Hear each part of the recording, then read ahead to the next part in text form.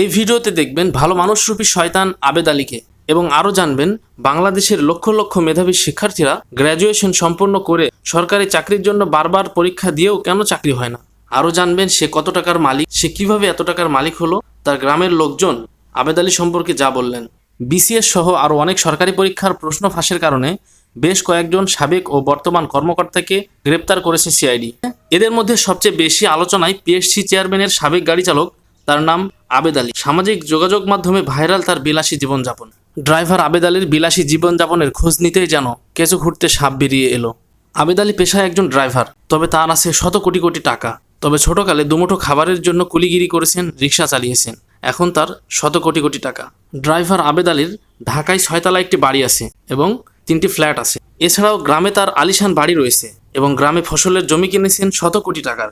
আর তার বাড়ির পাশেই সরকারি জমি দখল করে গড়ে তুলেছেন গরুর ফার্ম এবং সমুদ্র সৈকত কুয়াকাটায় তৈরি করেছেন সান মেরিনা নামের একটি বিলাসবহুল হোটেল। এছাড়াও ড্রাইভার আবেদ আলীর পরিবারের সদস্যরা ব্যবহার করেন একাধিক দামি বিলাসবহুল গাড়ি। এলাকাবাসী জানান, ছোটবেলায় আবেদ আলীর পরিবারের অবস্থা ছিল খুবই খারাপ। দুবেলা দুমুঠো ভাত খেতে পারত না তার পরিবারের সদস্যরা। অভাবের কারণে আবেদ আলী 5-6 বছর বয়সেই ঢাকায় চলে যান। এরপরে আবেদ আলী কুলিগিরি করেছেন, রিক্সা চালানো সহ বিভিন্ন শ্রমিকের কাজ করেছেন। পরবর্তীতে আবেদ আলী ড্রাইভার হিসেবে চাকরি করেছেন, পাশাপাশি বিভিন্ন ধরনের ব্যবসা করতেন। এলাকার মানুষকে অনেক সাহায্য সহযোগিতা করতেন। বাড়িতে নির্মাণ করেছেন সুন্দর একটি মসজিদ। এলাকাবাসী তাকে দানশীল ব্যক্তি হিসেবে জানে।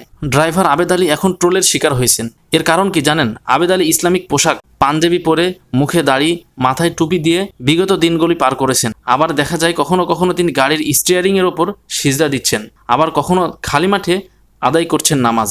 এই ভিডিও ও ফটোগুলো সামাজিক যোগাযোগ মাধ্যমে ছড়িয়ে পড়েছে।